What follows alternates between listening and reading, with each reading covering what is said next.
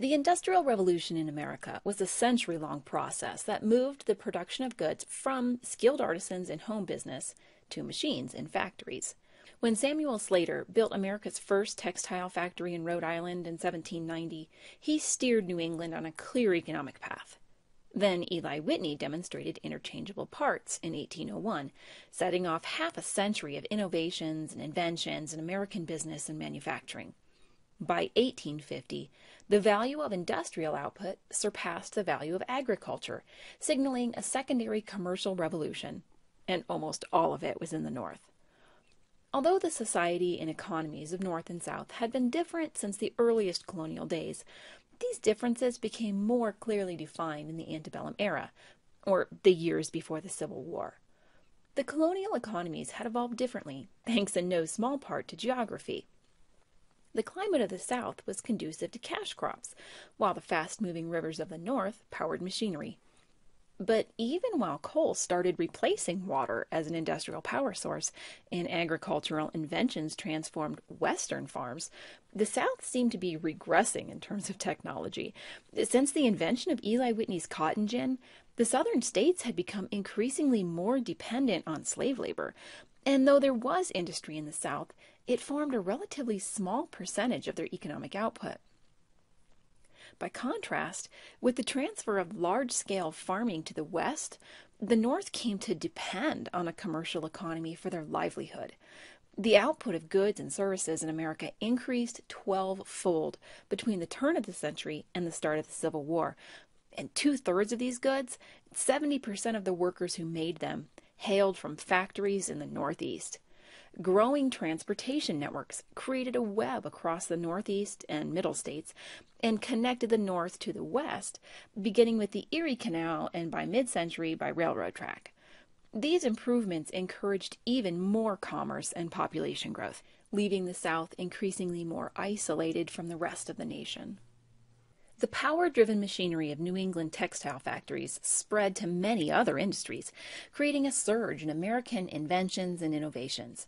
In the 2 decades between 1830 and 1850, the number of successful patent applications nearly doubled.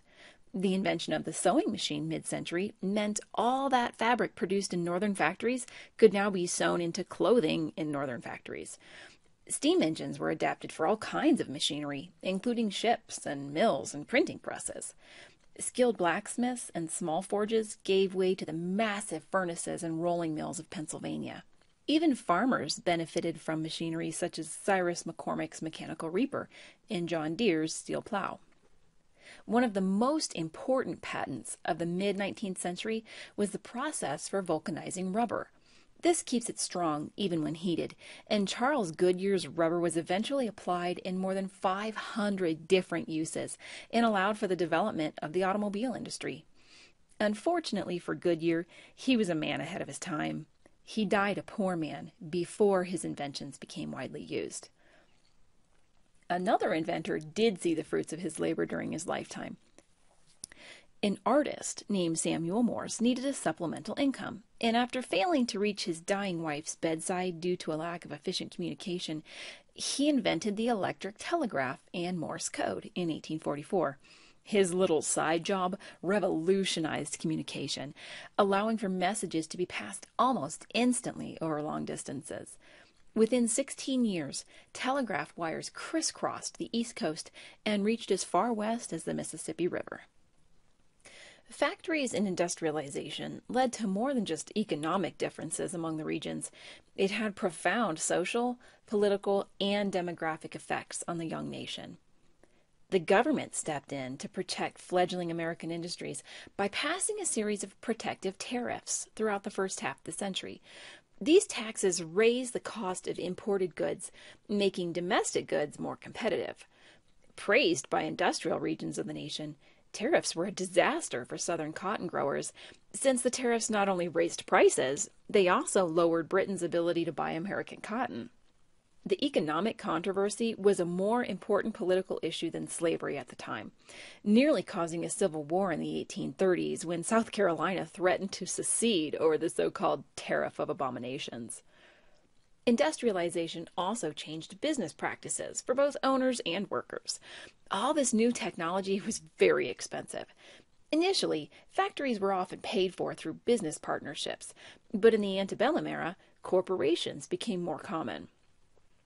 After being chartered by a state, a corporation raises capital from many different investors.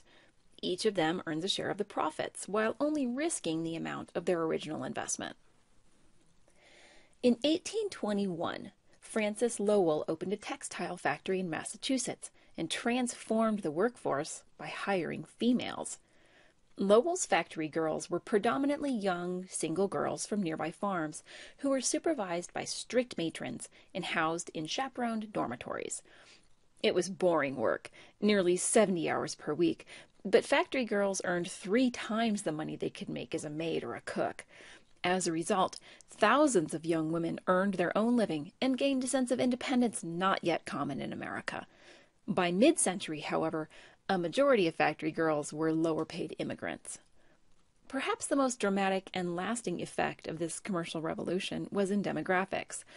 While the nation's total population grew by about a third, the population of towns and cities of 8,000 or more increased by 90%.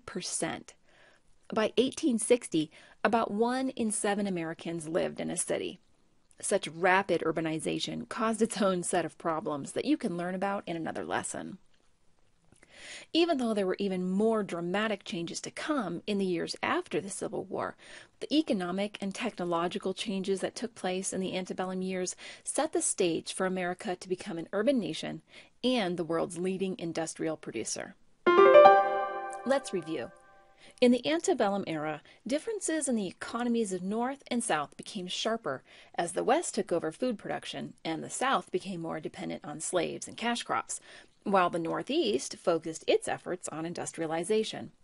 Despite farming technology from inventors like John Deere and Cyrus McCormick by mid-century, America made more money from manufacturing than it did from agriculture. The factory system spread from New England textile mills to other businesses, and a series of inventors and innovators helped revolutionize America, especially in the North. Charles Goodyear developed the process for stabilizing rubber, called vulcanizing, with applications in hundreds of industries. Samuel Morse invented the telegraph and a code for transmitting messages through it. The changes brought about by Northern industrialization began to divide the country even further when the government passed protective tariffs to support American manufacturing. New business models like the corporation became commonplace. Francis Lowell began hiring young women from nearby farms to work in his textile factories, heralding a shift of the American workforce from the countryside to the cities.